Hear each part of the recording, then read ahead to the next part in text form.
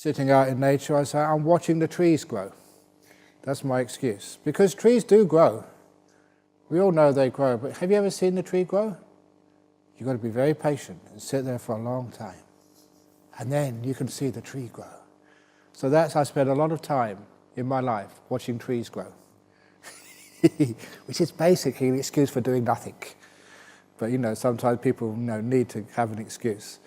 So when you're watching the trees grow, doing nothing, it means you are relaxing, you're slowing down. And it is very true that you will discover that just by doing nothing, by relaxing, by chilling out, you do become far more aware of your body, aware of the heat of the sun, the feeling of the wind, the feeling of the paths on your feet. And please take your shoes off as much as possible. It's very clean here.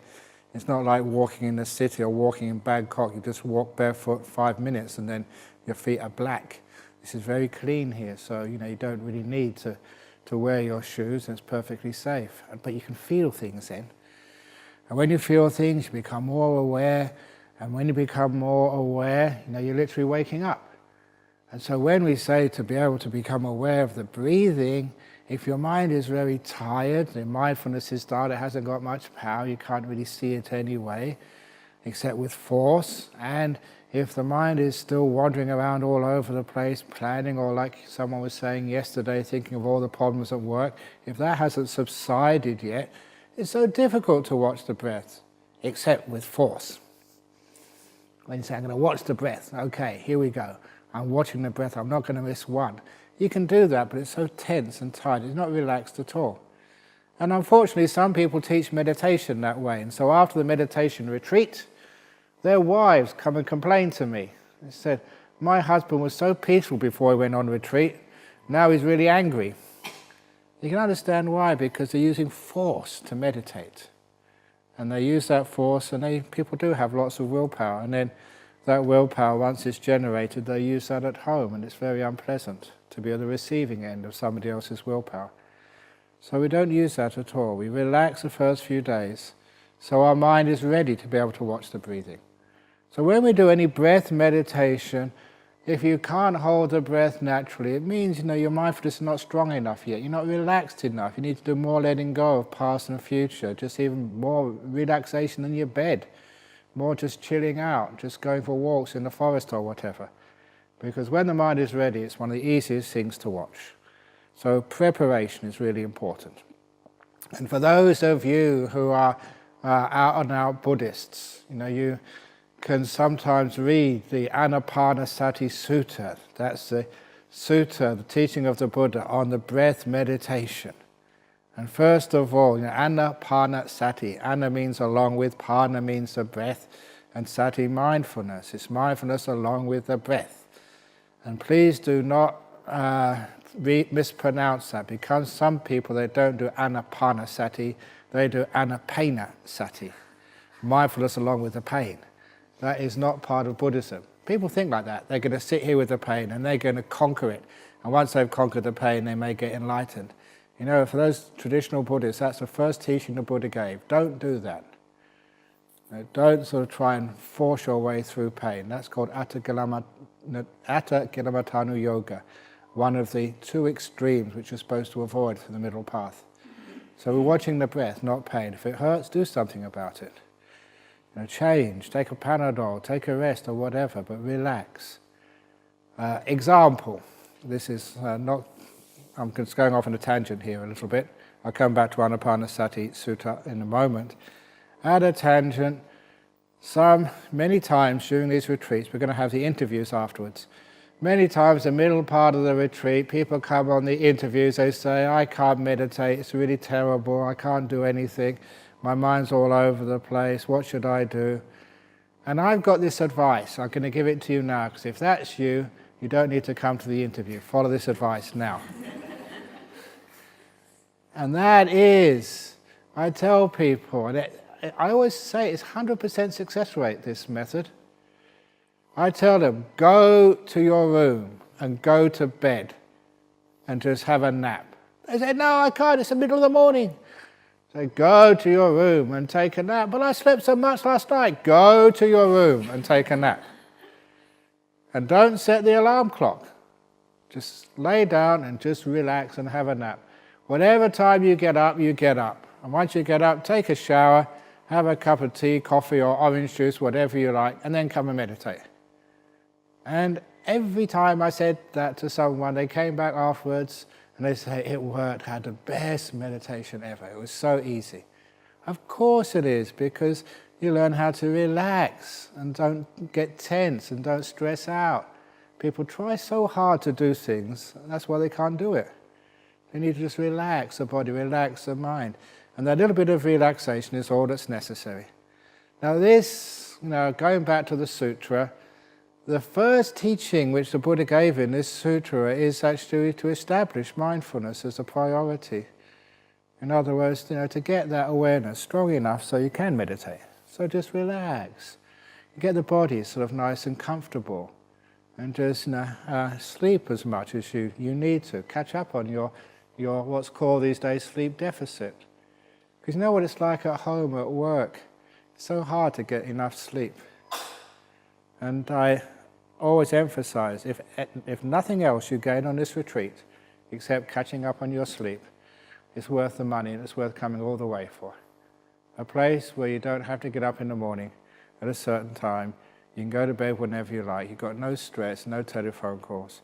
You can really relax.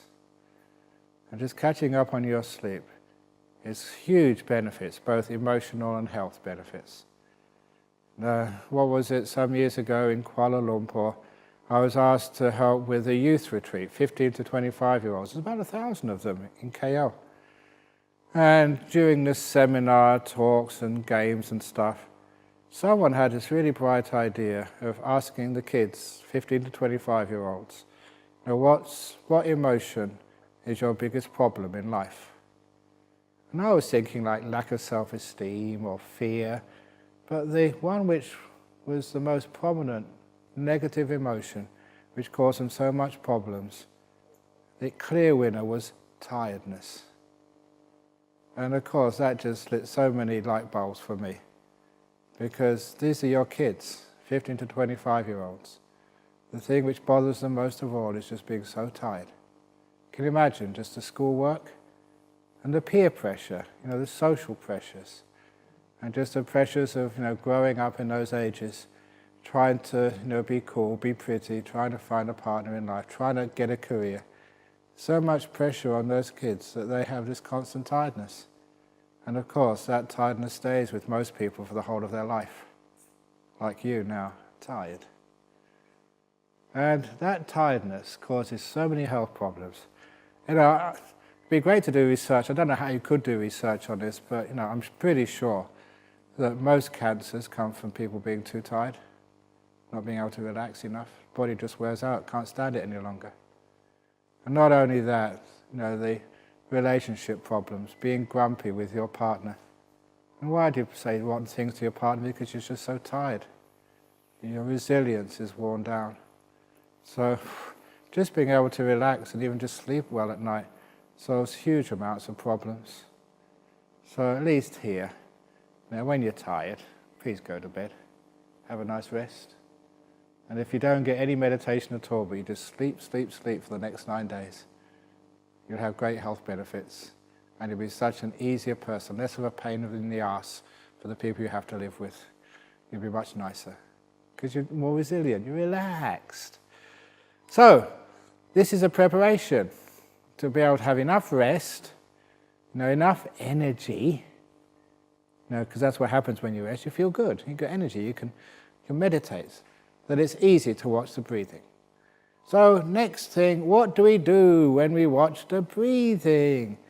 Now, unfortunately, there's been lots of stupid messages from people who say that you should watch the breath at the tip of your nose, or you should watch the breath at your belly. And I was fortunate. My story was that my father had asthma. He died quite young. And I never got asthma, but I certainly got hay fever. So, my nose is often blocked up, some pollen or something. And so when I was a young man learning breath meditation, I was told to watch the breath at the tip of the nose. I couldn't do it because there was no breath at the tip of the nose. My nose was stuffed. And I thought, okay, my enlightenment is stuffed too. I can't do the breath meditation. And then I heard someone else say you can watch the breath at your belly, and that was such a relief. Now I can do breath meditation, all the year round. But then at that time I became a monk. And when you watch the belly rise and fall, your belly is so close to your tummy that in the evening I just couldn't do that anymore. I wasn't watching the breath, I was watching my hunger. I want something to eat. So that never worked either. I do not encourage you watching your belly in the evening when you're on the 9-day retreat keeping 8 precepts. You start thinking of all your favorite food. You can actually just smell it now. I can see it now. Can you see it? Oh, stop it, you're getting hungry. So, that was difficult for me. And then you figured it out for yourself. Because I had a good enough brain. I looked at what the Buddha said.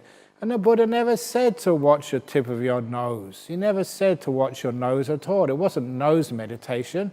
He never said to watch your belly. It wasn't belly meditation. It was breath meditation. Watch your breath, stupid. And I could always watch my breath. And so I developed a very simple technique which I teach beginners in meditation. I say, close your eyes, breathe in and out 3 times. At the end of the 3rd breath, open your eyes. And that was my little teaching for them. So they all followed that. They closed their eyes, breathed in and out 3 times, and then they opened their eyes. And I said, how did you know you were breathing in? How did you know you were breathing out?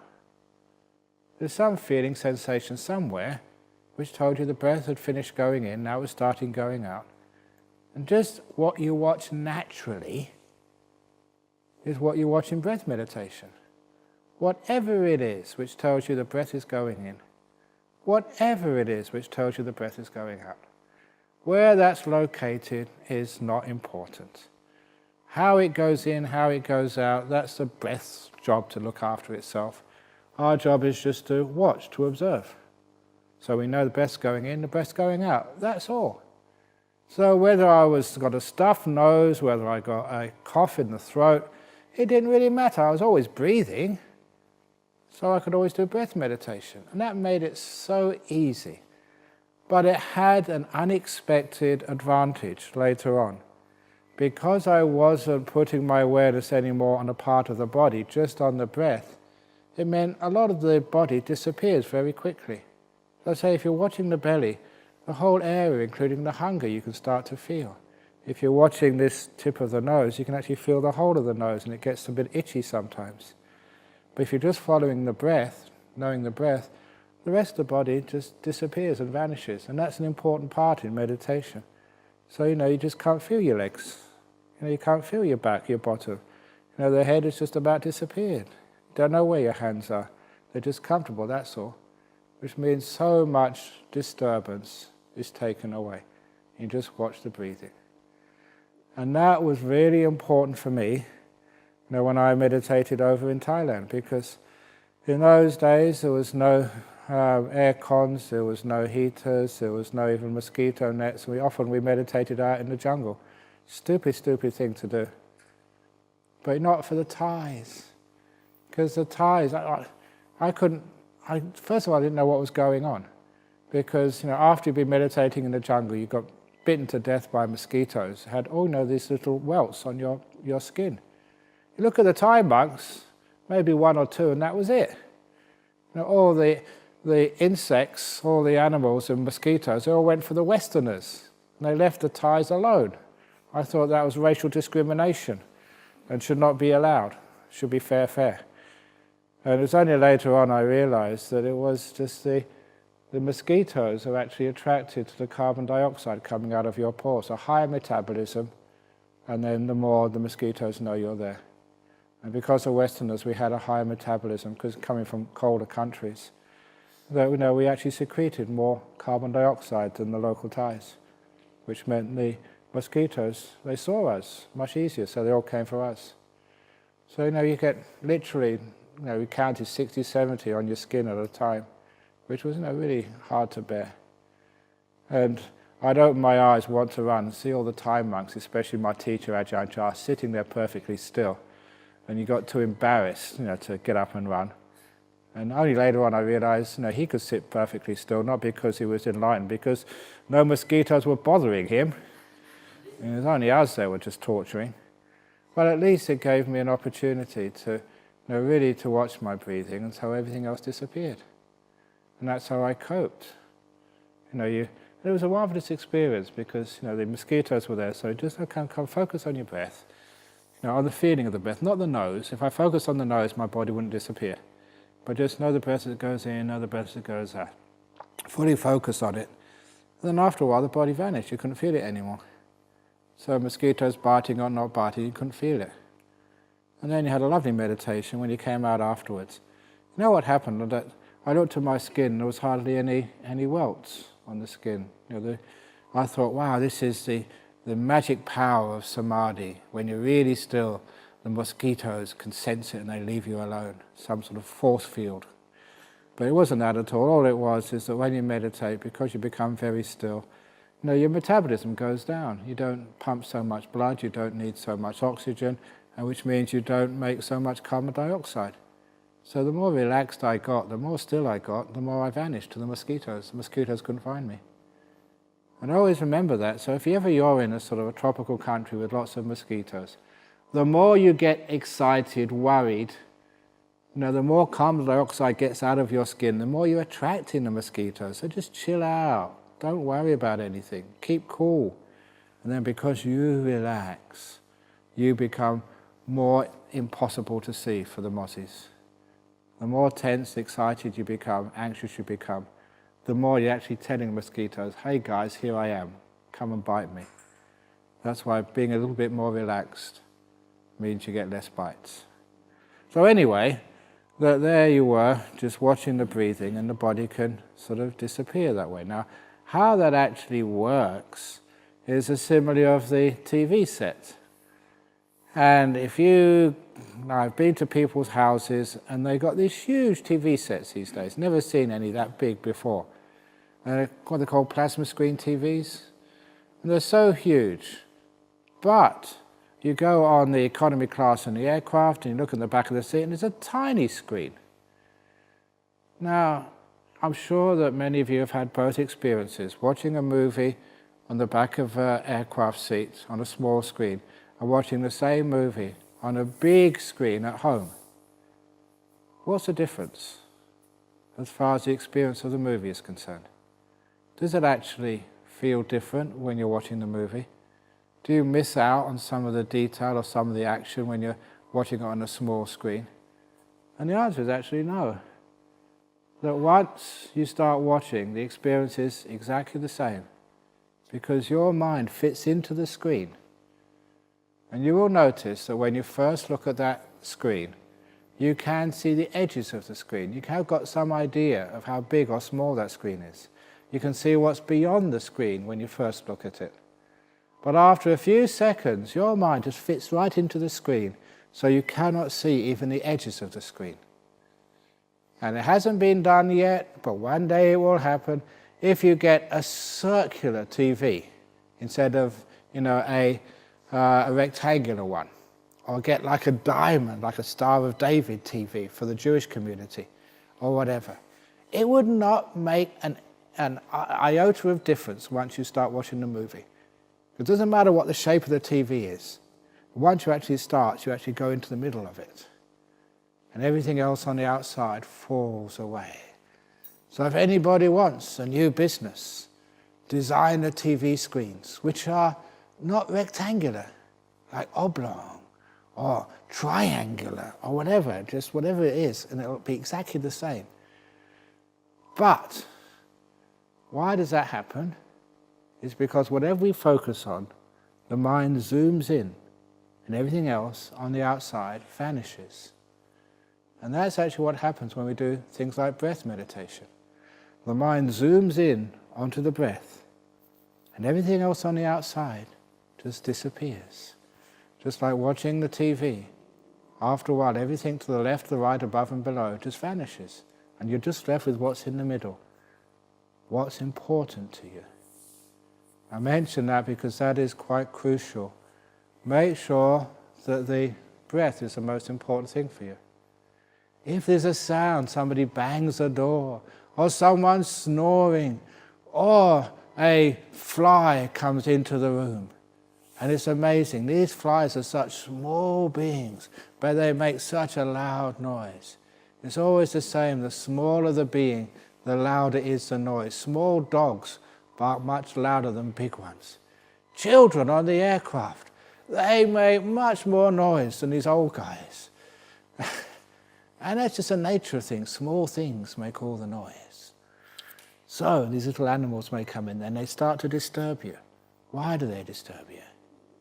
It is because literally your attention goes to the fly and they become the center of the screen. And the breath and everything else you're watching, that falls off the screen. You zoom in on the fly. You zoom in on the person banging the door. You zoom in on the problem and you forget your meditation object. So, in order to stop that problem, you've got the breath, give it importance. Remember, this is the most important thing in the world. I'm going to care for it. And everything else, you hear sounds, feelings in the body, whatever, they're on the edge somewhere, but they're not in the center. So if you keep the breath in the center, you're breathing in, you can feel the feeling of the breath, and I'm breathing in, breathing out. That's in the center, and I keep that centered.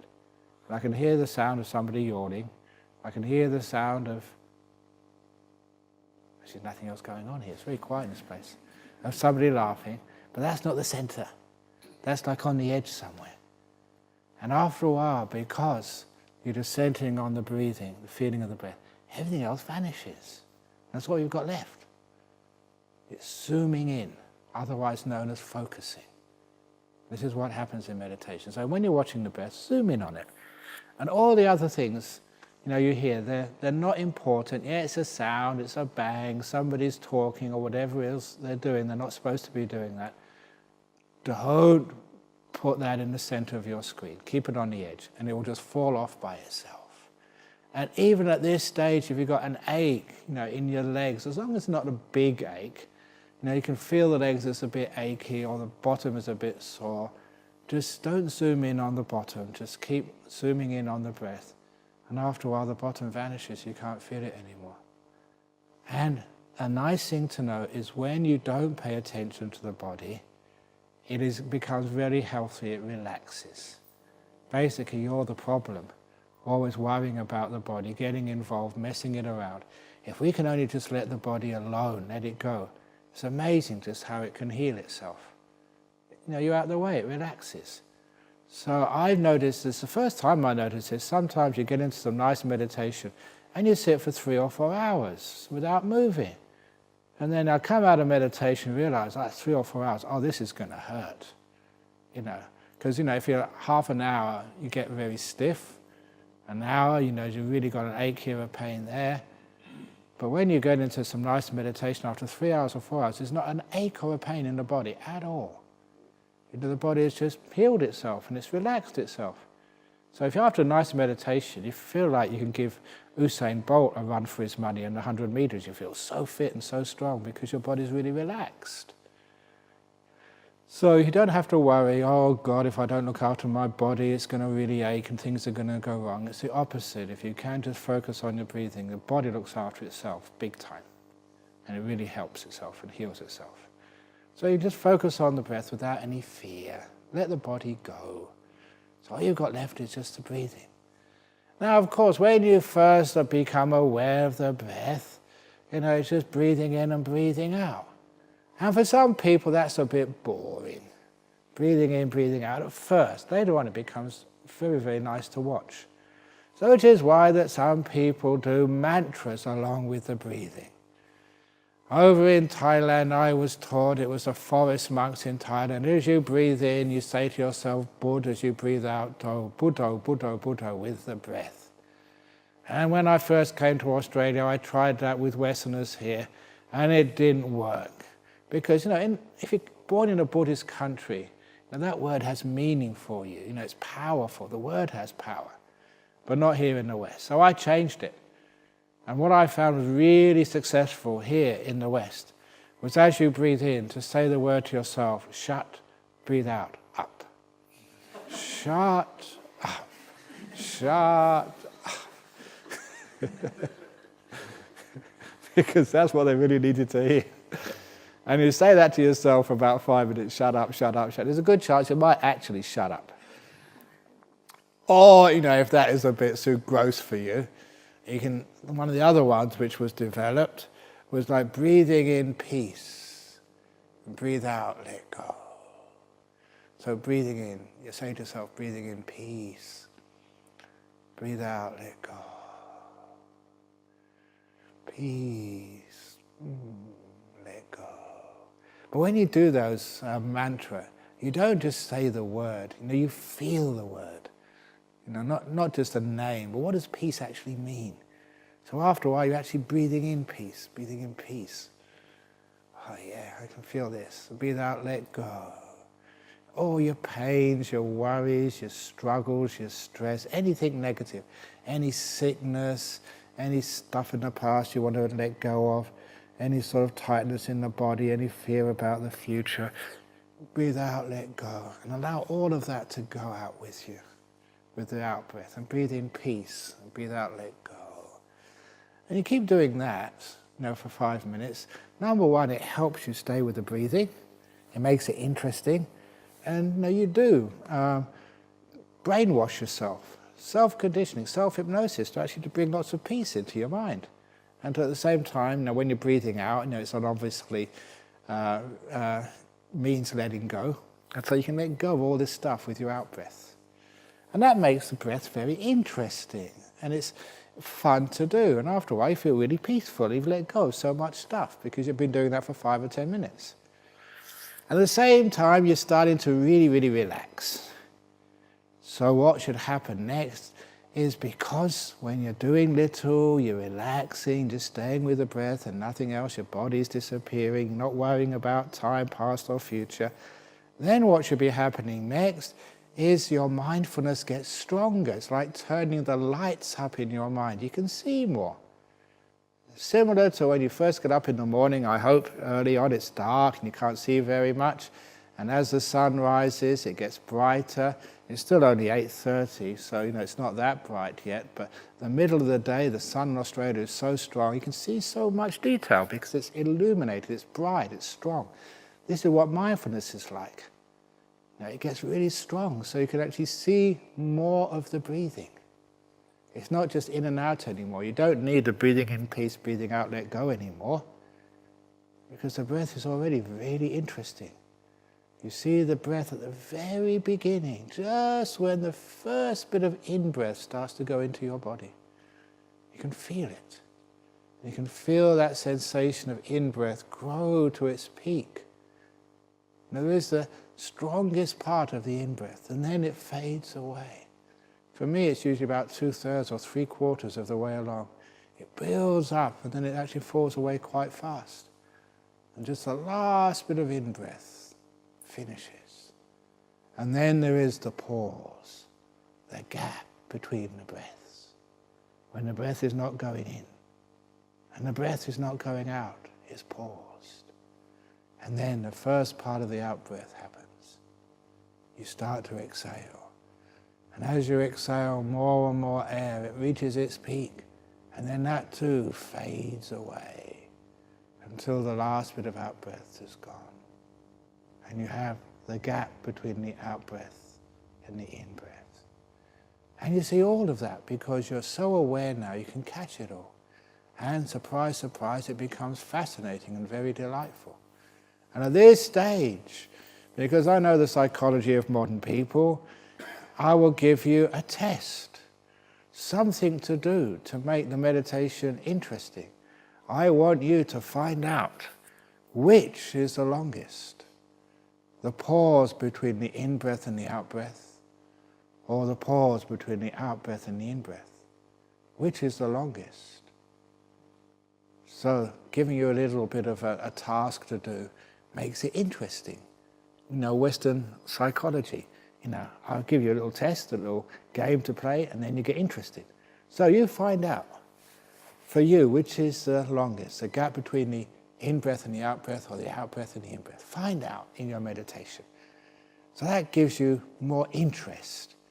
So you start watching all of the breath from beginning to the end, And it's not boring at all. It gets so fascinating and delightful simply because you're doing less. And the energy is now going into mindfulness and you are becoming happier. I haven't stressed this yet. I stress this on much of my meditation teachings. The two parts of the human mind, one is called the knower, the other one is called the doer. The knower is what can hear, what can see, what can feel, what can know. It doesn't react. It's the passive part of the mind which can receive information. I call it the knower. The other part is the doer, the reacting mind, the one which thinks, which decides to do something, which plans, which remembers, the doing mind. And you think you've got the message already, I hope. In this meditation, we are subduing that second part of the mind, the doer. We're not doing very much at all. The least, the better. And because we're not doing very much, certainly nowhere near as much as you would be doing if you were in home this afternoon, because you're much more calm and still, physically and also mentally, it means that that energy which would be going into your doing mind is now free to go into the knowing mind. It all starts to change its direction, starts to feed energy into the knowing mind, into mindfulness. What happens is after you've gone through your dullness and sleepiness the first couple of days, which is natural because you've got to catch up, the energy starts going into knowing. You literally wake up. You don't need so many cups of coffee to get you going in the morning. You've got natural energy. You don't need so much sleep. And you will find, surprise, surprise, that after a while you start getting up earlier. Naturally, without putting an alarm clock on. You just feel like, why do I want to sleep anymore? I'm woken up, I'm fine. You get more energy into mindfulness, into knowing. Not only does that get energized, but whatever you see becomes more delightful. In the same way that, for those of you who have to go to work and you have your cup of coffee, isn't it the case after a cup of coffee or tea, you feel happier? In fact, some people say their husband, their wife, they don't want even to talk to them before they've had their first cup of coffee in the morning because they're always really negative. But after they have a good cup of tea, then they're in a good mood. Why is that? It's just because the energy into the brain, into the mind, creates happiness. And so what happens is the energy goes into mindfulness, and whatever you see, whatever you taste, becomes more delightful. And even the breath becomes more delightful. Now, I like saying this because what happens in these retreats, because you're not doing very much, whether you think you're a good meditator or not, whether this is your first retreat or you've been here for years, it doesn't matter at all. It happens to everybody. Once you get more still, you get more awake, and what you see becomes more beautiful. The sunsets become more delightful, the tea becomes more delicious, the food becomes more tasty, everything becomes more attractive. And here comes a story I love telling every retreat, because even though some of you have heard it before, I don't care because I love telling it. When I was teaching one of these retreats here, I'm also meditating. My mindfulness really gets off, and sometimes I have some really great meditations. I had a really nice meditation. It was so deep, had lots of energy. And so the mind, everything was so beautiful. And the reason I came out of meditation, because I had to go to the toilet, for what is called in Australia a number 2. You know what number 2 is, don't you? No. Not the yellow stuff, the brown stuff. So, I just did my stuff, and I made a mistake. If you've got good meditation, don't look at the toilet bowl. That's what I did. I looked down to see what I'd just done, and I went, wow, look at that. That is beautiful. I've never in my life seen such a beautiful piece of shit. We're going to end up look at it next time. It's not just all those little balls are all put together. It's like some statue by Michelangelo, the way they're all put together. And the colour browns. I mean, they're really deep and rich brown. Now, brown is my favourite colour, as you probably know by now. And it's not just one shade of brown, there's all different shades of brown on that. And there's always just a little bit of mucus on there somewhere. And that makes it sparkle like a diamond. So it is beautiful. And I haven't even got on to the fragrance yet. That's been a toilet humour for you. But it's actually true that I was looking at that and I said, wow, that is so incredibly beautiful and fragrant. And this is just what happens. Just because you've got really beautiful meditation, your energy's up there, whatever you see becomes incredibly beautiful and delightful, even if it's the contents of a toilet bowl. And the next thing, of course, I had to flush the toilet, and that was one of the most difficult things I've ever done. It's only because I've been training all my life in letting go. I could do that. Oh, gee, should I take it out and just put it? No, come on. Ow, oh, that hurts. As it flushed away. But I like telling that story because it's actually quite common. Just on the last retreat, there's a lady, she came up to me in the interviews and said she was not looking in the toilet bowl, she was sitting on the seat and just looking on the tiles on your wall. You've got nothing else to look at, when you're on the toilet bowl. And they're just really cheap tiles. They're actually it was a warehouse caught on fire and somebody bought these really cheap. And so, we got given them to build the toilet. So those tiles which you have there, they're, giveaways. They're not sort of expensive or beautiful tiles, just ordinary white glazed tiles. And she was looking, and she had some really good meditation. And she was on that toilet bowl for half an hour, just really getting off on the beautiful tiles. It was incredibly beautiful, amazing, just the way it reflected everything. It was just so smooth and sensual. And she was really into it, just watching the tile on the wall. And these are just examples of just what happens. When you get strong mindfulness, everything becomes incredibly beautiful. And then you're just having a great time. Sometimes you look at the floor, that bamboo in front of you, how many colours of brown are there? Hundreds. And just the way it is all put together, that is incredibly beautiful. But when you're mindful, it just really comes right out at you. So that's what happens when you start getting still. You get this really strong mindfulness. Everything becomes really, really beautiful. So if you see somebody, just looking at their broccoli, when they're having their lunch and going, wow, look at that. Wow, wow. Just you understand what they're doing. They're not going crazy. You don't have to call the doctor. They're just getting really off on just even the look of a piece of broccoli. Wow. Now, the reason I say this happens is because this is important in meditation. You're watching this breath, and the breath becomes absolutely incredibly beautiful, delightful. And that's the reason it means you can't take your eyes off it. You're there for half an hour now just watching the breath as happy as you could be. And you don't want anything else in the whole world. That's where you get the sustained attention from the joy. In the sutras, the Buddha called that the arising of Piti Sukha, of joy and happiness along with the breath. I used to call it the beautiful breath or the delightful breath. You're just watching there and just watching this breath, so delightful, so happy. And you can meditate for hours. No problem at all.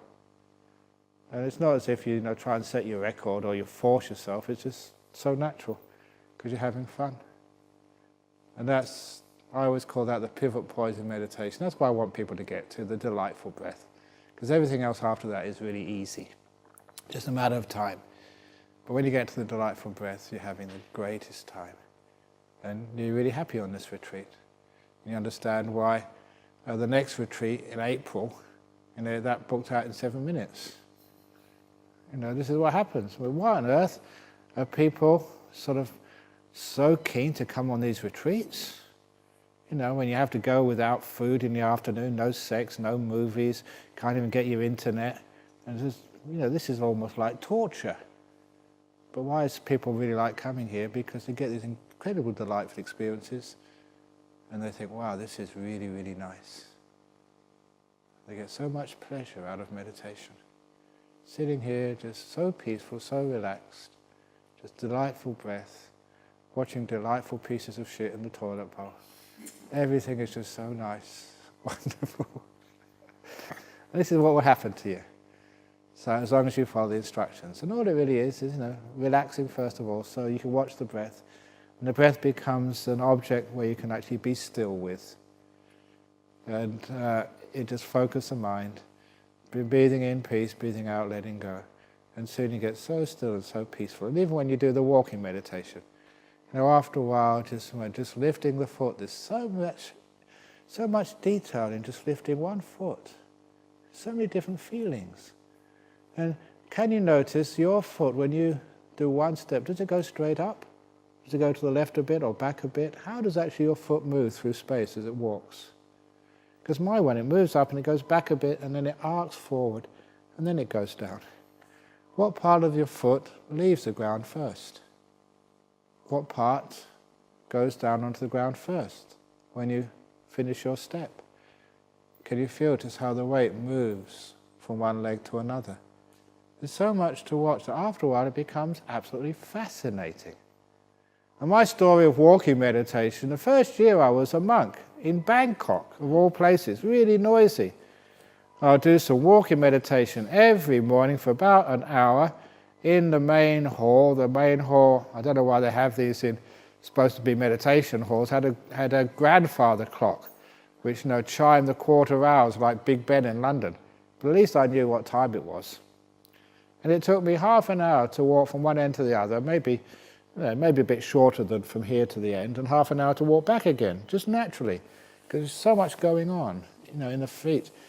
And on this occasion, I was, hadn't finished. I was about only 3/4 of the way through, and I was just watching these incredibly delightful, amazing feelings of just a foot moving up. And I could hear, in the distance somewhere, this sound, Brahmavamso. Somebody was calling me, but they were so far away. I didn't understand what it was. And then it was louder, Brahmavamso. And I could actually feel him. It was right in my ear hole. Because I had forgotten I was supposed to go to a ceremony that day. And I was late, and they sent a monk to try and get me. It's not easy to get a monk out of meditation, because he was shouting at me right next to me. And you were so into the meditation, to the walking meditation, it literally did feel like he was about at least 100 meters away. And then I realized what was going on. And so, you want to face him and explain yourself. But I couldn't face him that quickly, because as I started moving my head, it's amazing the incredible sensations when your head just moves from the left to the right. And I was watching all this, and this is amazing. And I was trying hard to move it quickly, but it wouldn't go quickly because there's too much going on. It was just so delightful. It took me a couple of minutes, actually, to turn my head around. This is really going much faster than what really happened, until I saw him. And, he was really concerned about me. And then I said, what?